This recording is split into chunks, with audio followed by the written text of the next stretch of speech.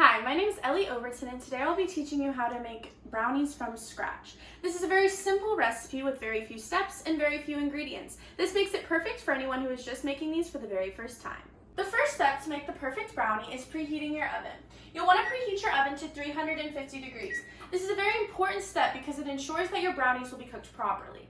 Your second step is going to be to grease your 9x13 inch pan. You're going to take a small amount of oil and just put it into your pan. I prefer canola.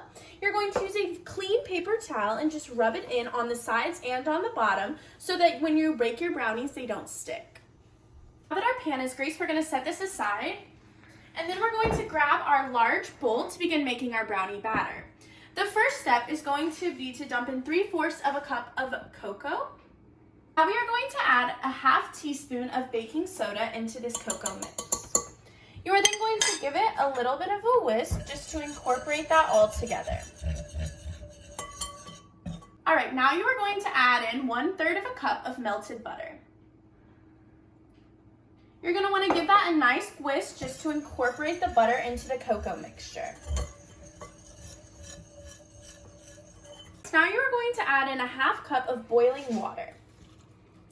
Again, you are just going to whisk this until it's all incorporated. Your mixture should look like this after it has been stirred. It's like a mousse type texture. Then you are going to add 2 large eggs, 2 cups of sugar,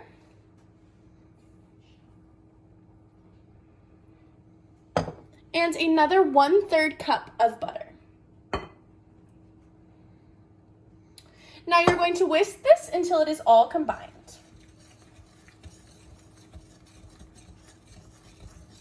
We got this all mixed up. It should be a nice smooth texture.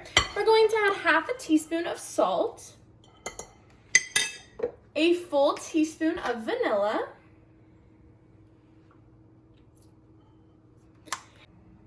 all right, so you're going to stir in the salt as well as the vanilla. Make sure that it is very well incorporated in there. And then you are going to dump in 1 1/3 cup of flour. You are also going to want to add, before you start stirring, 2 cups of chocolate chips. These can be mini chips, big chips, dark chocolate, milk chocolate, whatever you want. And then you're just going to stir this. Do it very slow because this just needs to be stirred until incorporated. Okay, when you are finished mixing, it should look like this. Very thick, but still able to be poured. We're going to pull back out that pre-greased pan and we're going to just dump our brownie batter in there. It makes it a little bit easier to do this if you use a spatula. So you're just going to want to kind of dump it in there. You don't have to make it look pretty yet. We'll smooth it out once we get all the brownie batter in there. Just make sure to scrape the sides of the pan, of the bowl, and just dump it all in there.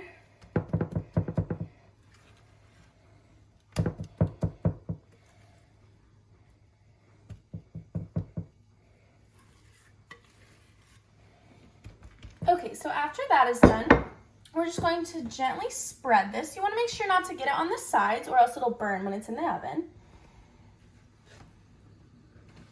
You want to make sure it's pretty even, so therefore it will bake evenly.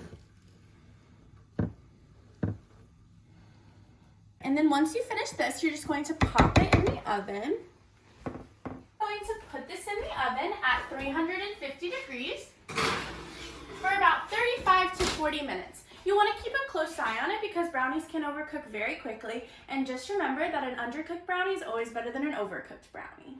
After you've taken the brownies out of the oven after about 35 to 40 minutes of baking, you can just put them on a cooling rack, and then if you would like, you can just put some powdered sugar on top. This is just a little presentation tip. You don't want to put too much because you don't want to overpower the brownies, but just a little bit on top really sets them apart from the rest. After you have added all the powdered sugar on top of the brownies, it should look like this. It's not only delicious, but it's also beautiful. Make sure to take this to your next party, and it's sure to be a crowd pleaser. On the screen, I have listed all of my ingredients as well as all the references I use so that it's easy for you to recreate at home. Thank you for watching and happy baking!